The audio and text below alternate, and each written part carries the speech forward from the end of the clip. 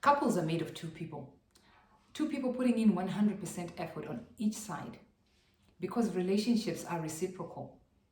Because they're reciprocal, we need to be able to honor each other enough to know that we balance each other out. You are not the one to hold the relationship intact when your partner is not able to do that for you. You need to be able to honor and respect him enough to put in your effort and let him put in his. You cannot overfill a cup that is full. Yes, you can be bursting with pride and happiness, but if you continue to do that, your cup will start to lessen in quantity. Your contents, the inner part of your life, is not going to be happy because you want him to work just as hard as you're working for him. My name is Reciprocity, and Loving Honestly is a place for every woman with a deep need to reclaim your love story in the way that feels right for you. And because of that, talking about the reciprocity within relationships is one of the things that helps us to increase the success that we have within our relationships. You want to know that he's willing to fight for you, and you want to be able to do the same for him. But you have to do that as a person who is fulfilled, as a person who knows what it is that they want, and you're not trying too hard to cover up for things that may not be working. So one of the mantras that we have at Loving Honestly is build your self-awareness. Understand why you overcompensate or undercompensate when you need to just give your best so that he can also give his best, even when he's not.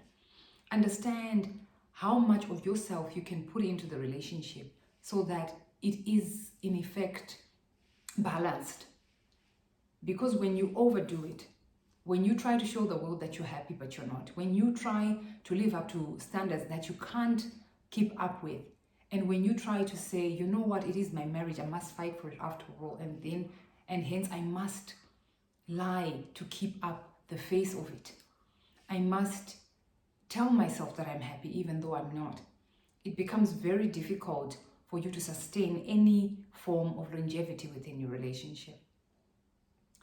And when I say respect him enough to be able to give his part, I mean just that. A lot of times women, we tend to think by compensating too much, that's okay, he'll come up eventually.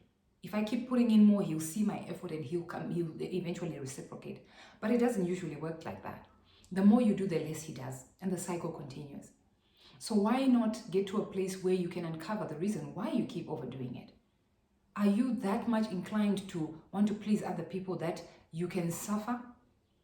Are you that much wanting to be loved so badly that you can take a few minutes of love in a day instead of knowing that I have a couple of hours in which he is invested in me? When you can ask yourself those questions and come to a place of peace and come to a place of knowing why you continue to do what you do, you'll be able to say, fine, for me to be able to be in a loving relationship, I need time for myself. I need to fill my cup, then I can give where I reach. I can't give what I don't have. I can't grasp at straws from other people's relationships or from other people. But what I can do is give of myself and lay back and relax and see how much further he can come and meet me halfway. That's it. It's better when you know you are fully invested in each other. You know you've got each other's backs to be able to say, you know what? Today he's not doing so great, so I am going to give 70% and he can give me 30. And tomorrow I'm not doing so great and he's doing a lot better, and he can say, you know what, darling, it's okay, today I've got you. That is a better way to gel within the relationship, to make sure that you are always giving and receiving. It's a give and take. It's not a give, or a take. At the end of the day, one of you will suffer if you keep going like that. And it'll be a self-combusting mechanism where you won't know where to start and stop because now you are stuck.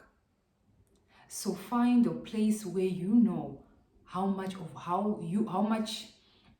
you put in means to the relationship.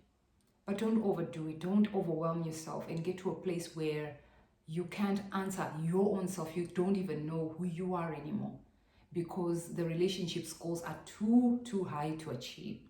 You can only do you. You can only put in as much as you need to put in, and he can do the same. So find that balance.